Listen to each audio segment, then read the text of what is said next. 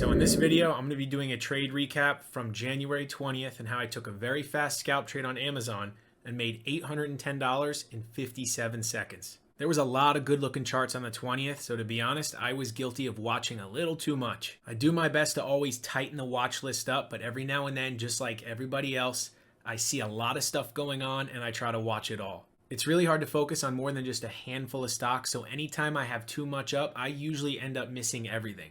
So even though I was a little all over the place, I'm glad I was able to catch a quick scalp on Amazon. Now let's get into the watch list. I had Tesla, PayPal, Amazon, Baidu, TDoc, and Netflix. Now let's get into the technicals, starting with Tesla. Tesla has been consolidating for a little bit and definitely has not been easy to trade recently. That's why I usually like to have a handful of other names that day, just because when Tesla is not easy to trade, I don't want to force anything. It does have earnings around the corner, so anything can happen, but just from the technical perspective, seeing that if it can break 860, it looks like there is room to go. And also knowing that if it breaks that, it's not too far away from all-time highs, which is 884.49. So those were the main levels that I wanted to trade around. That clear area of resistance, 860, just wanted to see it get through it and hold above it. And also pre-market high, 860.18.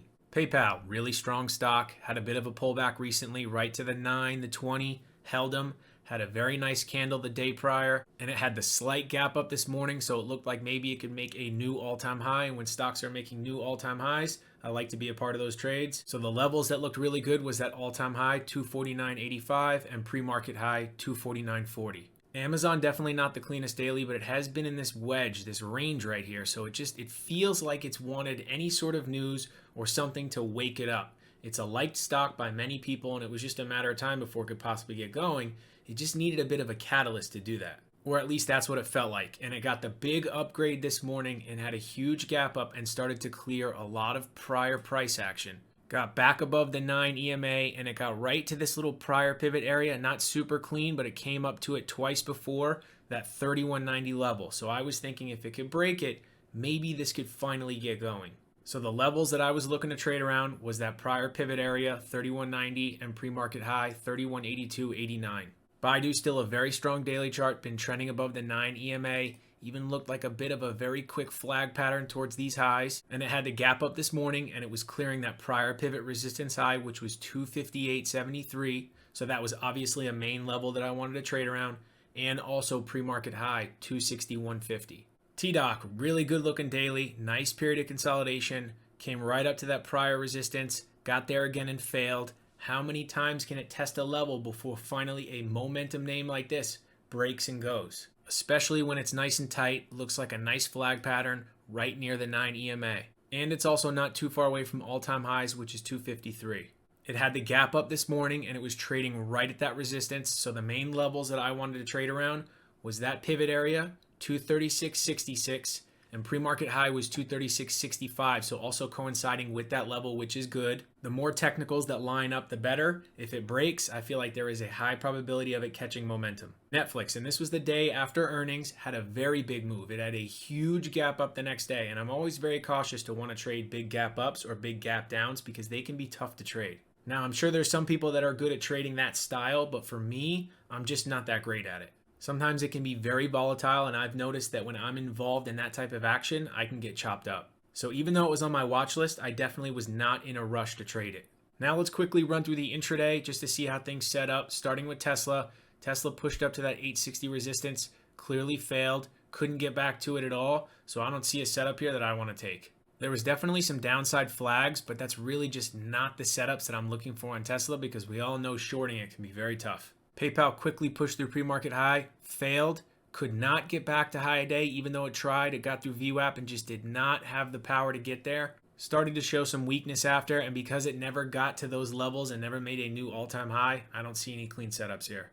First 1 minute candle on Amazon was red, which is good. Eventually got back to the high of that candle. Very quick opening range break. Had that technical level above 2. Got through 31.90 for a very nice move. Pulled back. Very quick flag pattern, broke that high for some very nice follow through. So within the first 30 minutes, those are some really good setups. First 1 minute candle on Baidu was red and it was above that prior pivot, 258.73. Did do a very quick 1 minute opening range break, got right through pre-market high, pulled back a little bit, started to consolidate, holding above VWAP. Nice flag pattern. Here's the second setup. Breaks this 262, breaks high day, and has some nice follow through. So within the first 30 minutes, a couple setups there. So even though Netflix had the excessive gap up, it still put in a nice opening range break. The first handful of minutes were a little all over the place off the open, but this candle right here looked like that could work its way into the downside gap. Pretty nasty candle. Instantly got bought back up, back above VWAP. Buyers clearly took back control. Also knowing that all-time high and pre-market high was above, once it broke this high right around 570, went about 7 points straight up. So that was a decent setup. And TDOC, and the reason why I wanted to save this for last is because this is arguably the best opening range break I've ever seen. And it all starts with the daily, just knowing that that 236.66 area has been a major area of resistance, and it's testing it for the third time. Also knowing that all-time high is not too far away, and this is a big mover, it has big range, so if it can catch momentum, it usually can go. Puts in a very quick high, 236.19, finds some support right around 234, consolidates for 4 minutes, and then on the fifth 1 minute candle breaks that high a day, so a very clean 5 minute opening range break. And when it finally breaks that high a day, has one of the craziest moves that I've seen, goes straight up almost 14 points. Now this is obviously on the extreme side of moves, but just goes to show the power of when all the technicals line up and there is a clean pattern off the open just below that major technical level. If it breaks, there can be some crazy momentum. So TDOC was an A+++ setup, and unfortunately I missed it because I was trading Amazon. But I always like to go back, do a little bit of back testing just to see how things played out for future reference. Now let's get into the actual trade. All right, so this is Amazon, and as you can see right off the bat, just looking at the level 2, there is some size at 3,200. So it is clear resistance, also a whole number. So I'm knowing that in the back of my mind, and if it breaks, I want to give it a chance. I missed the entry at 3190, which would have been a much better area to get long because I was looking at too much, but I still want to give this a shot because it looks good. And as you can see, a lot of orders just went through the tape right there, so I end up getting long 3 contracts, the 3,200 calls, right at the money, and the tape really started to speed up to 3203, so instantly up about 3 points. And now I just want to give this a chance to get going, and I'm watching the options. I got filled at 3150, so now I don't want to let these go red, and now I'm just going to see the offer.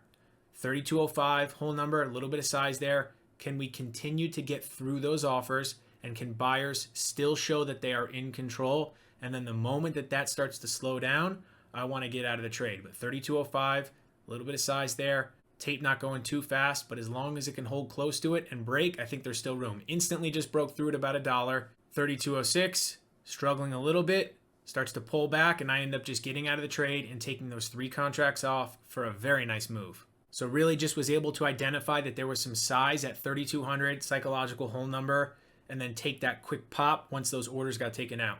And when it was all said and done, I was in the trade for 57 seconds and made $810. And this ended up being the only trade I took on the day. One nice trade, one and done, and just called it. So that was the recap on my quick Amazon scalp trade. Thanks for watching, and I'll see you in the next one.